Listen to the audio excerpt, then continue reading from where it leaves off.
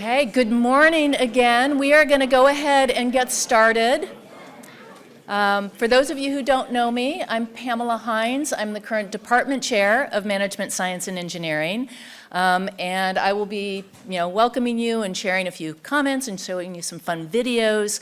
But before I do that, I want to welcome our Dean of the School of Engineering, Jennifer Whittam, who is just going to say a few words of welcome. Jennifer has been a great supporter of Management Science and Engineering, and we're thrilled to have her with us today. All right. Jennifer. Thank you. Thank you very much, Pamela. Good morning, everybody. Thank you for coming. It's great to welcome all of you today. I think we have alumni, we have faculty, students, and friends of the awesome Management Science and Engineering Department. So thanks for coming to this special celebration to mark the department's 25th anniversary. When I became dean 8 years ago, I liked to use MS&E as an example of how slowly things move in academia. So my favorite joke, not entirely a joke, was that MS&E was still bearing the scars of its formation as a merger of 3 smaller departments, and that was almost 20 years before that time. Well, now it's been 25 years, and I'm pretty happy to report those scars seem to be long gone, and the department is absolutely thriving. And I don't advertise it widely, but I think I've told Pam this. MS&E is one of my favorite departments, and why is that? It's really unique in numerous ways. It's unique in that it blends rigorous computational and analytical methods with deep insights from the social sciences. It's unique because it helps us understand not only how systems function, but how people interact with those systems. It's unique in helping us understand how we can design solutions that are not just efficient, but also effective and equitable. The faculty and students of this department tackle problems ranging from global supply chains to climate resilience, algorithmic fairness, decision-making under uncertainty. It's incredibly broad, and it takes on big questions and does it with clarity, with precision, and with purpose. So that's why I love MS&E. It also has a long track record of preparing leaders. So if you look at the roster of MS&E graduates, they've gone on to guide companies, to create startups, to drive policy, shape industries, and many of you here today are exactly those people. So we're really happy to have you as alumni of this department and watch you make a mark on the world. And I do like to think that MS&E's strengths are magnified being part of the School of Engineering. I have to say, sometimes people think about, business school, MS&E, but MS&E is just so different being part of engineering, and that's what attracts the great faculty and the great students that this department has. And we have recently welcomed several outstanding new faculty members who I would say are expanding the frontiers of the department. And last but not least, I think MS&E is in a truly unique position to help us all navigate and shape one of the most consequential forces of this time. And what am I talking about? AI.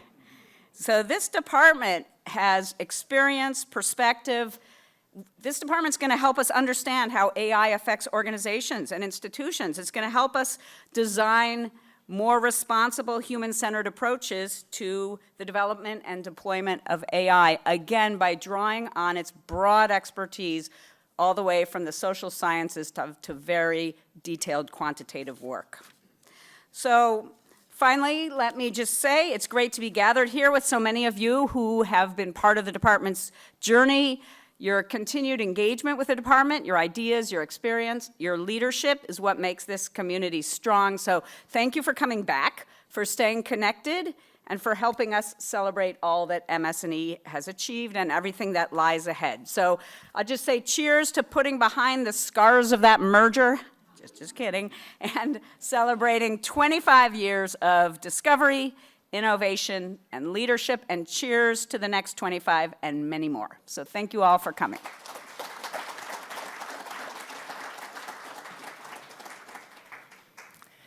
Okay, that was wonderful, Jennifer. Thank you so much. And Now I'm going to move on to the rather dull things, which are the logistics. And I just want to make two comments. One is, if at any point throughout the day you need help, you'll find staff in the back that have this on their name tag, and they can help you with anything that you need. If you're trying to find lunch, if you're trying to find casino night, or anything else. So please, take advantage of that. And then the other thing I wanted to comment, for those of you who have not noticed it, is in the hallway back there, we have a timeline of MSNE and pre-MSNE. Thank you to the staff who put an enormous amount of effort into putting this together, and to Richard Cottle, who actually gathered a lot of this about 10 years ago for us. We'd like you to interact with that timeline. So we have little dots that stick on, and you can write very, very, very small and put your name on the dot, and then put that to designate when you were actually here. What we'd like to be able to do is get a sense of the range of alumni that are here, or faculty, when faculty joined as well. And then there's also Post-it notes. So if there's some special memory or something that you think needs to be added to the timeline that's a significant event in the history of MSNE, please feel free to do that as well. And we'll make sure we take pictures and capture all of that at the end. Anything else to say on the timeline, Lindsay? And at the very end, there's a big open space. And feel free to, again, use the Post-it notes to write any future predictions or hopes that you have for MSNE going forward, okay? And we will, of course, pay close attention to those as well. All right, so what are we going to be doing together today? We've got a pretty rich agenda. The intent here is to kind of give you a sense of where we are and where we are going as a department. We have absolutely been evolving with the times. Right now we're doing the Welcome Overview and Community Voices. We'll hear about financial technology.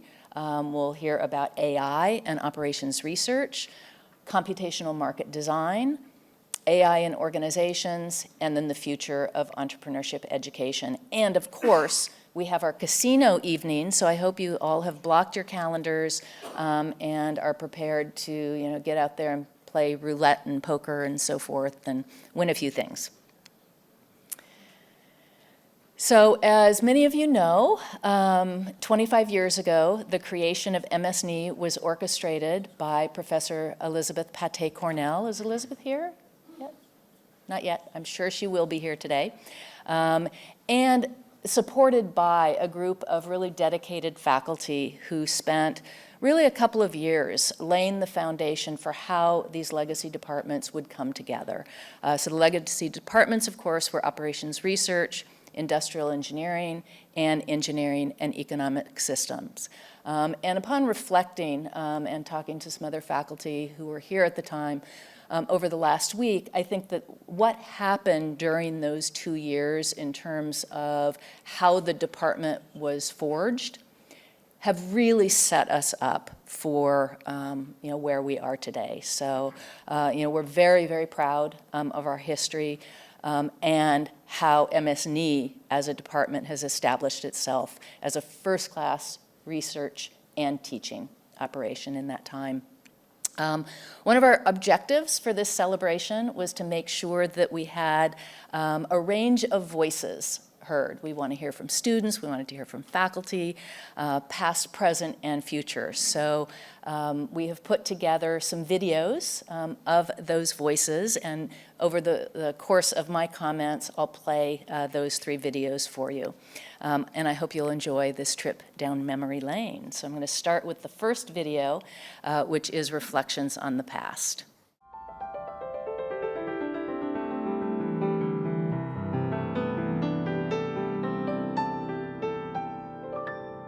I'm happy and proud to celebrate the 25th anniversary of the MSNE department. I created the department by merging 3 small departments which I knew very well, each with its own focus and reputation. Once upon a time, there were 3 legacy departments, industrial engineering was sort of focused on core IE, manufacturing. Operations research was focused on the mathematics of decision making and algorithms related to that. In engineering economic systems, there was a mix of systems analysis, economics, and decision analysis. Engineering economic systems, I viewed it really as a liberal arts approach to engineering, where you got to sort of sample all of the different ways that the different engineering disciplines solved problems, and then put it all together to work on big systems kinds of issues. All these three legacy departments were very, very strong. They had defined their fields. They were doing really, really, really well for decades, not years, decades. Engineering is increasingly interdisciplinary, and in that respect, MSNE fills a unique niche in the school. I distinctly remember at the end of my junior year, they had asked me to sit in and be interviewed by a curriculum evaluator. This person was from Georgia Tech, and one of the first questions he asked me was, how can you be a good engineer when, roughly 2 quarters out of 12 are not even engineering classes? It surprised me that was a real question, because the strength of the MS&E industrial engineering curriculum is that you have to have a broad liberal education in order to make good decisions. The world was changing, and as the world is changing, new opportunities emerge. And at some point it appeared that having these three departments together, we could capture far more opportunities than otherwise. If you're a manager, you need to understand the people and why they do what they do. By bringing together the strengths of each of the three original departments, MSNE allows addressing complex engineering and social systems problems. MS&D is a department that cuts across the three legacy areas, and it's really at the intersections of what those three legacy departments did that MS&D is able to do new things.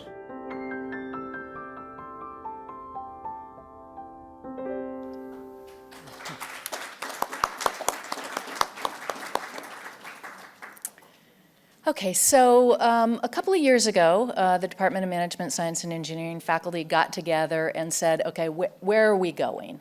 Who are we, and how do we see ourselves as a department?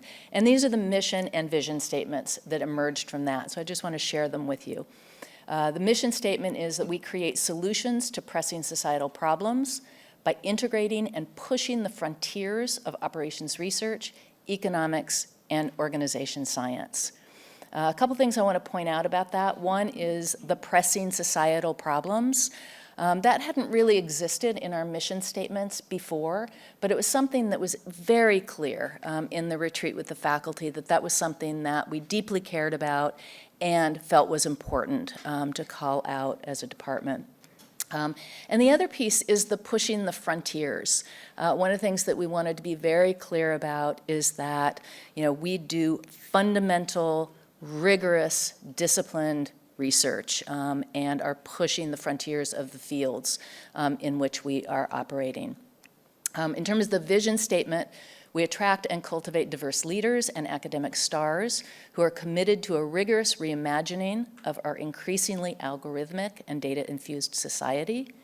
We are recognized for our deep and interdisciplinary academic contributions and outsized social impact. So again, the social impact comes in. The interdisciplinarity is also just really core to our DNA as a department. This is one way that we've been depicting it. So you'll see up here are the areas of research within the department. So we've got these 6 areas, but our view is that the social systems and the engineering systems are intertwined and inseparable. And what that means is that faculty in MS&E often blend the two with varying degrees of emphasis on one or the other. It also includes working on fundamental methodology like optimization for machine learning, algorithms to power modern markets, and so forth. And the dean mentioned our placement within the School of Engineering, and my belief is that we are uniquely situated to be successful at doing what we are trying to do by virtue of being in the School of Engineering. The incentives, the culture are focused on solving problems. We are proximate to advances in engineering and are contributing to those. We would not be the department that we are without residing in the School of Engineering. The other thing that we did over the last few years when we were working on our strategic planning was talked about where our focus should be in terms of our research in particular. And we identified these 4 themes. One of the things that I think is great is that these themes focus on cross-cutting areas within the department. So multiple, if you go back to this, multiple of these 6 areas are reflected in every one of these themes. So it represents an integration that I think is really healthy for the department. So the first one is AI and data science, clearly an area that demands more attention and is ripe for the type of work that MS-NEED does, as the dean indicated. Our focus is on creating new methodologies and tools with the goal of aligning system behavior with societal interests. Exciting new research in this space is growing. We've been hiring people, new faculty that are working in this space. One area, for example, that we'll hear about later today is next generation financial technologies that harness AI and big data in a way that ensures trustworthiness. The next area is computational social science, and that reflects the intertwining of social, behavioral, and engineering in our increasingly digital world that we all operate in. So, for example, how do algorithms in social systems drive behavior? Affect who talks to whom, affects the structures of social interaction, and so forth. Future of organizing. One of the things I'm excited about with this one in particular is that we recognized that we can't separate out work from organizations from markets anymore. Particularly with the rise of platform organizations, these are very much intertwined and need to be examined in a more integrated way. So we are committed to that. And then finally, informing policy decisions. MSE and the legacy departments have always done policy, but it's been sort of an add-on to the regular research and how we talk about what we do. And we decided this in the last few years that we really want to elevate that we have a lot to say about policy at the local, state, national, and international level. And we want to recognize and be recognized for those contributions. I love this chart, so I wanted to show it. This is connections with the rest of the university. The purple reflects research collaborations. The red here reflects co-advising relationships. The blue reflects joint appointments, of which we have more now. And then the sort of turquoise represents participation in various centers up here. And I think if you take a look at this, you'll see, how intertwined we are with other departments in the School of Engineering and other schools across the university, particularly with regard to our research collaborations and with our co-advising, and I'll show some more data on that in a minute. Now I'll talk a little bit about our undergraduate programs and where we're at with those. We are in the top 10 of undergraduate degrees conferred across Stanford. So these are actually degree conferrals. As you can see, the elephant is computer science. we're kind of swamped there, but we're still very proud of the position that we hold in the university. We've actually increased the number of degrees conferred over since the department was formed. Just gotten a little bit bigger, and we're happy to attract more undergraduate students to MSNE. What do our undergraduates do? A lot of them end up in financial services as analysts and so forth. Many end up in consulting firms, like Boston Consulting, McKinsey, and so forth. And our students are really well positioned for those kinds of jobs because they have this really strong technical computational background as well as an understanding of how organizations work and how to motivate people and so forth. Quite a few end up going on to graduate studies, and a smaller fraction end up in Googles and Metas and so forth, as product managers, project managers, and such.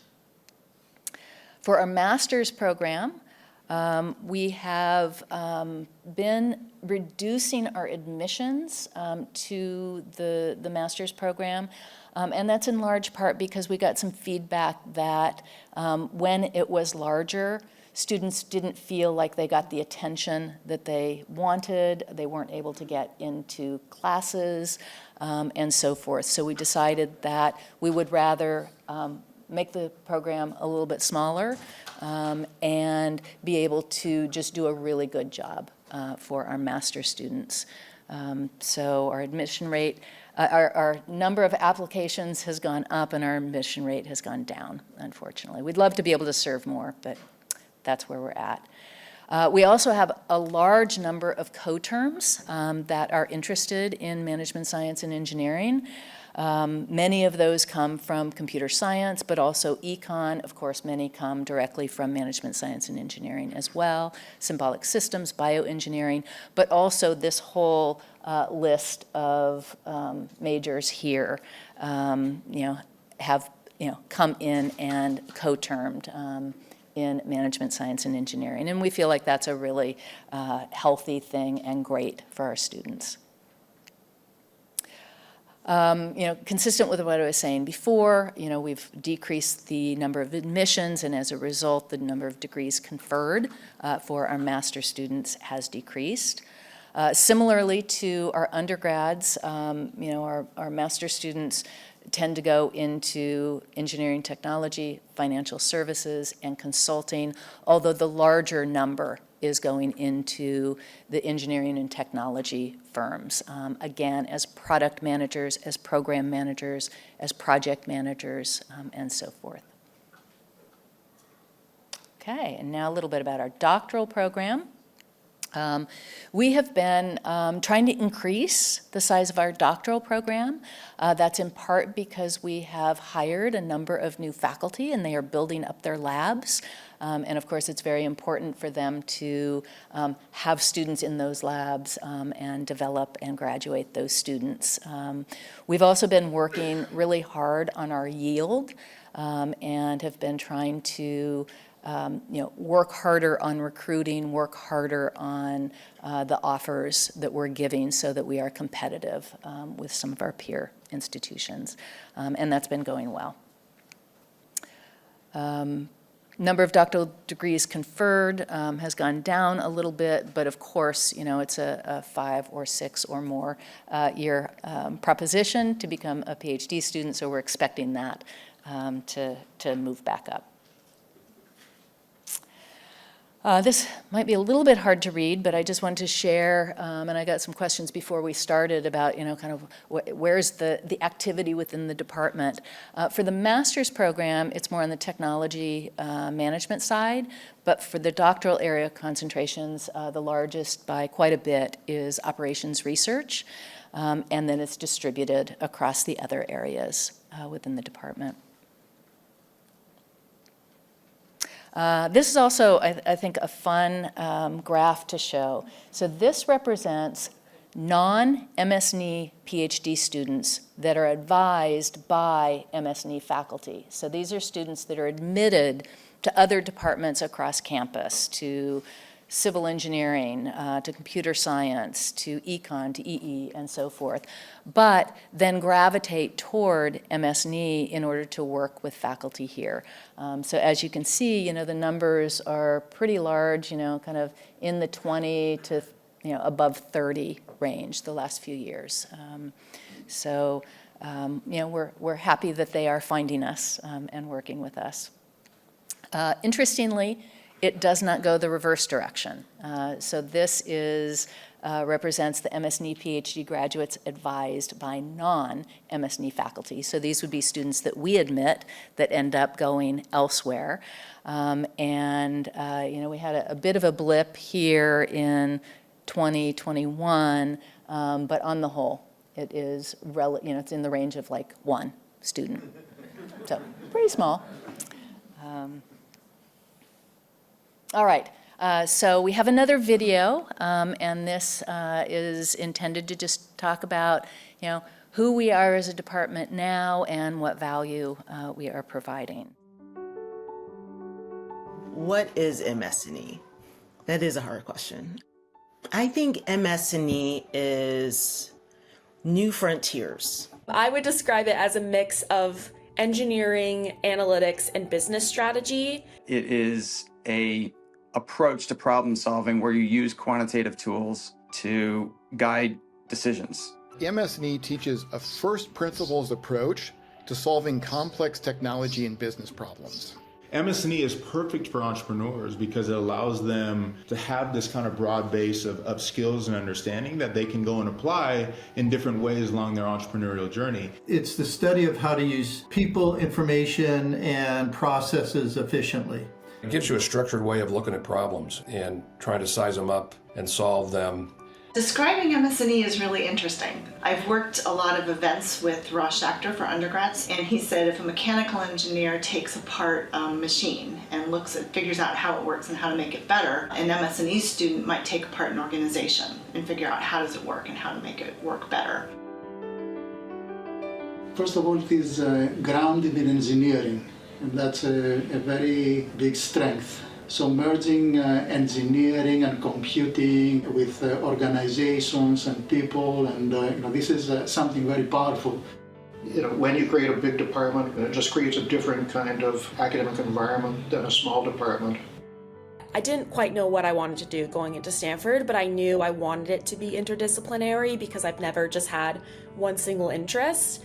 The interests have changed a little bit with the master's students. I think initially it was more manufacturing, operations management. It moved into more finance. We had a lot of students interested in finance, and now I think the interest of the master's students are much more in the entrepreneurship and computational social science areas. One of the great things about the program, from my standpoint, is that it's not specific to like finance, for instance. It's more general and can be applied to really a lot of different areas that people are interested in. MSNE was a great home for my studies because we have a lot of faculty who are just curious about solving real world complex problems. Yeah, I remember our senior year class project team, and the presentation that we created actually helped them go and implement and make decisions that impacted their business. I can very clearly remember the capstone project where we helped the Palo Alto Recreational District, and we were updating their manual, and we went out into the field and started talking to them, and most of them didn't even know the manual existed. And that aha moment has formed my approach. You can't just sit around in the conference room talking about what the customer or what the client needs. You have to go out and talk to the client and find out what their actual life is about. Actually, the project mentor we worked with, Madison, ended up calling me about a year later, offering me a position at her new firm, and now I work there full time. So MSNE got me my current job. In one of my classes junior year, we were workshopping a bunch of different company concepts. The concept we put together as a team ultimately is what became StartX. There's been hundreds of Stanford companies that have been through the program now 10 plus years later. It's also prepared me for working closely with venture capitalists as well as tech founders, which I am doing now, and also did when I was in the Department of Defense. Among other fields, MSNE provides students with business tools such as finance. The department's strength in computer science allows us to master artificial intelligence, but nothing could have worked as well as it did without the dedication of our staff, especially Laurie Cottle, who has been all along our outstanding Director of Student and Academic Services. I think every area in the department is very strong. I think we have excellent faculty.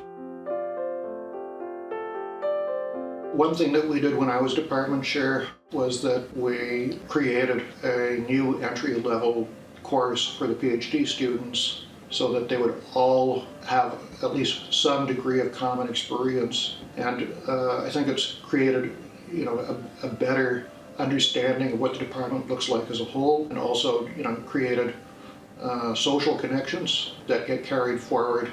For me, when I think of my time at MSNE, the first thing that comes to mind are the people. I met so many interesting and intelligent people at Stanford. I worked with really amazing students from all over the world. It really prepared me for working in corporate America, where you're dealing with all sorts of different people from different cultures and values. When I think about my time at Stanford, really what I think about is just being on campus, experiencing the area, exploring things, being with all my fellow students and meeting them from all over the world. The best part ends up inevitably being some of the people you meet along the way, so I have a lot of lifelong friends. There was an evening where Ron Howard and his wife Polly and a group of his students came over to our house and essentially gave us his life story. I remember sitting around with a bunch of my colleagues having a really unique experience with my faculty advisor. It sounds so cliche, but I really did meet one of my best friends through the program. Just spending late nights at the dining hall or having a great time despite the fact that we were grinding out P-sets are some of my favorite memories. My favorite memory of industrial engineering is meeting my wife, Karen. She was entering the industrial engineering department. I practically bumped into her, but I knew this was a moment when I could have an opportunity to get to know her a little bit better. And that worked out pretty well. 6 weeks later, we're engaged, and now 46 years later, we're still married. I've been here 35 years, and part of the reason I've stayed so long is this is a great place to be. Stanford in general, but I think the department.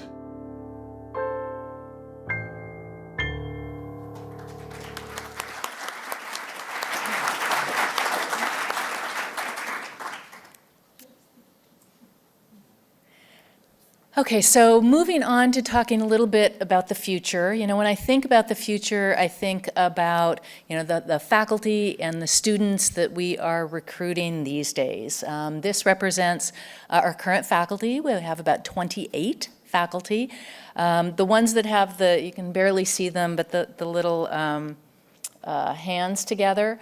Those are all faculty who hold joint appointments. And we have more joint appointments now than we have in the past, which again, I think is a really healthy thing because it provides those connections across the university. The 6 individuals at the top are all junior faculty, so that is really truly the future of the department, and we're very excited about having been able to recruit these amazing new faculty that are going to help define who we are as a department going forward. Additionally, we have 2 faculty who have accepted offers and will be starting in the autumn of 2025. And they are both in the financial technology area, which was a priority area for our search this year. And we're just incredibly excited about building that area. And I must say something about the staff. We have an amazing staff in MSNE, and they have all worked very hard together for many, many months to put this event together. So I want to thank them for all their work.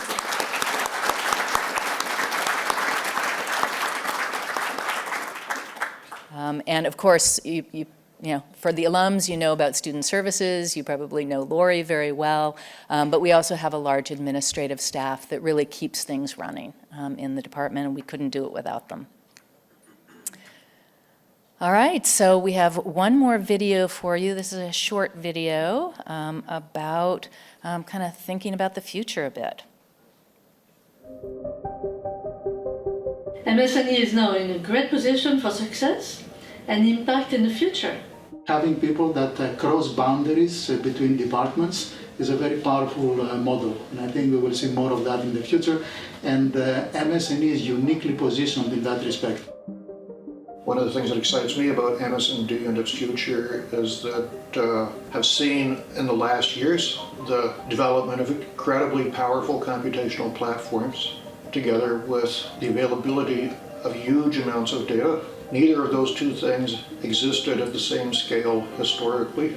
This creates opportunities to use MSND type tools in a whole range of different things that people didn't think were possible in earlier times. One of the things we've seen over the last, even since I was at Stanford 25 years ago, was just the amount of data that's available is exploded. And one of the limits to some of the things historically within like operations research is just the data wasn't there in a lot of cases to usefully apply some of these tools in some areas. But I think that's really been solved, and I think the tools to analyze that data are really more relevant than ever. How do you create new landscapes and technologies to solve complex problems? And how do you solve complex problems using new technologies and new ideas? Well, this is always the goal of any top department, right? To create the leaders of tomorrow.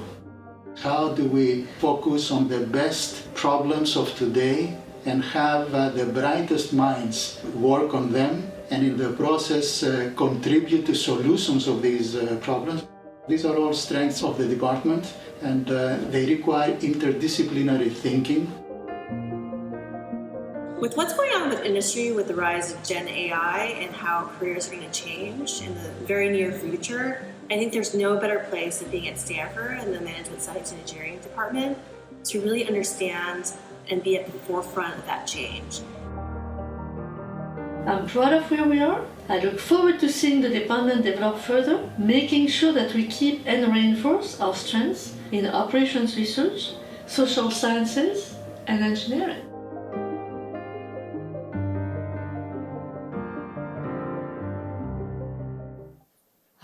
My last slide here. The other thing I want to comment on is just how important our alumni are and how much we value your engagement and your input in the process. Here we have alumni reunion events. We had them pretty regularly, and then there was a pandemic, and we're kind of getting back to it after this big anniversary event. But we had our last on-campus alumni event. We had about 200 alumni attend. And when we did a virtual event right after the pandemic, we had about 318 alumni participate. So we'll probably continue toggling between the in-person and the virtual because it turns out there are a lot of alums that live a distance away and or for other reasons aren't able to travel back. So we are able to include more alumni as a result of doing that. We also have our newsletters. How many of you have been receiving and looking at our newsletters? Excellent, great. Please give us feedback if you've got any on kind of what we're covering, what we should be covering, and so forth. We publish the newsletter 4 times per year. We send it out to over 9,000 alums. The open rate is between about 26% and 40%, so we feel pretty good about that. But again, we are so open to feedback. If there's anything in particular you'd like to know more about, let us know. And then mentoring our students. That's something that is incredibly valuable for our students. I was actually we do a lunch after the capstone project presentations, and I sat with a group of students, and they said that one of the most valuable things that they have done in MSNE is be able to meet with alumni and understand how alumni are using the MSNE degree, how they're talking about MSNE and what it prepares them for. So we estimate that about 30% of our MSNE students connect with alumni through these events each year. We would love to have that be higher, and we would love to see more alumni participate in panels, kind of sharing your ideas, in individual mentoring sessions, in workshops and so forth. And I believe there is a table. Where is this table? Okay, in the lobby, there is a table that will be staffed during breaks, and if you've got any suggestions for us on how we can engage alumni more, any suggestions on newsletter topics, if you would like to volunteer and haven't already, which we hope you will, please go to that table and somebody will be able to help you.